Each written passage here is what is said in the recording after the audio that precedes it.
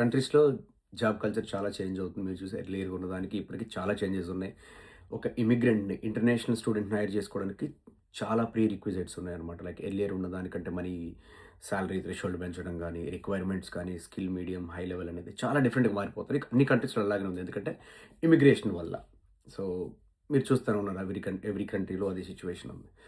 So, ఇవన్నీ తట్టుకొని మనం ఒక జాబ్ తెచ్చుకోవాలి అనుకుంటే చూడండి ఆల్రెడీ మార్కెట్‌లో మనోళ్ళు చాలామందున్నారు జాబ్స్ ట్రై చేసేవాళ్ళు. ఇండియాలో కొంచెం ఎక్స్‌పీరియన్స్ ఉండి ఇక్కడికొచ్చిన తర్వాత దాని మీద వర్క్ చేసి జాబ్స్ ట్రై చేసేవాళ్ళు చాలామందున్నారు. సో, ఒక ఫ్రెషర్‌గా మనం యూనివర్సిటీ నుంచి బయటకొచ్చిన తర్వాత జాబ్ సెర్చింగ్ స్టార్ట్ చేస్తే మనకి ఎన్ని రోజులు పట్టొచ్చు జాబ్ రావడానికి? సో, మీరు ఎప్పుడైనా జాబ్ సెర్చింగ్ స్టార్ట్ చేసిన తర్వాత అట్‌లీస్ట్ 3-6 మంత్స్ టైం పడుతుంది. Depends on the industry where we are going. So, దాన్ని మనం మైండ్‌లో పెట్టుకొని మేబీ టైం అంతా బాగుండుంటే మేబీ కపుల్ ఆఫ్ మంత్స్‌లో మనం ల్యాండ్ అవ్వచ్చు. కొంతమంది ఏం చేస్తారంటే కోర్స్ తీసుకొని కోర్స్ బేస్‌గా ట్రై చేస్తారు బయట ఇన్‌స్టిట్యూట్‌లో. సో, అది కూడా ఒక మంచి ఆప్షన్ అనమాట. సో, నువ్వు ఎప్పుడైతే మాస్టర్స్ చేయడానికి వచ్చినప్పటి నుంచి అట్‌లీస్ట్ మన ఫస్ట్ ఇయర్‌లో యూనివర్సిటీ అంతా అర్థం చేసుకొని, అసైన్‌మెంట్స్ ఇవన్నీ చేసుకొని, మన పార్ట్ టైమ్ మేనేజ్ చేసుకుంటూ సో, కొంచెం అట్ ద సేమ్ టైమ్ ప్రొఫెషనల్‌గా మనం లాంగ్ ఫ్యూచర్ కావాలి కాబట్టి కంపల్సరీగా ప్రొఫెషనల్ గ్రోత్ ఎవ్రీడే లెర్నింగ్ అనేది కంపల్సరీగా ఉండాలి. సో, అట్‌లీస్ట్ సమ్ కోర్సెరాలో గానీ, లింక్డ్ఇన్ ప్రీమియంలో గానీ మీకు చాలా కోర్సెస్ ఉంటాయి. ఆ కోర్సెస్ అట్‌లీస్ట్ యాడ్ చేసుకుంటూ ఉండండి. అట్ ద సేమ్ టైమ్ వాటిని లింక్డ్ఇన్‌లో పోస్ట్ చేస్తూ ఉండండి. అప్పుడేమవుతుంది?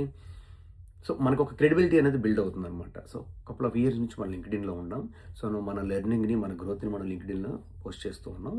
రిక్రూటర్స్ లేదా హైరింగ్ మేనేజర్ చూసినప్పుడు ఓకే.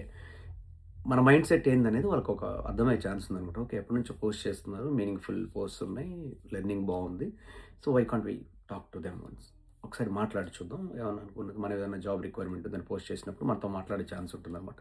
సో, కంపల్సరీగా మన లెర్నింగ్ ఎప్పుడైతే ఉందో, మన మాస్టర్స్ స్టార్ట్ అయిన దగ్గర నుంచి అట్‌లీస్ట్ ఎర్లియర్ మంత్స్ నుంచి స్టార్ట్ చేసుకుంటే, యూనివర్సిటీ అయిపోయి బయటకొచ్చే టైంకి మన దగ్గర కొన్ని స్కిల్స్ ఉంటాయి, సర్టిఫికేషన్స్ ఉంటాయి.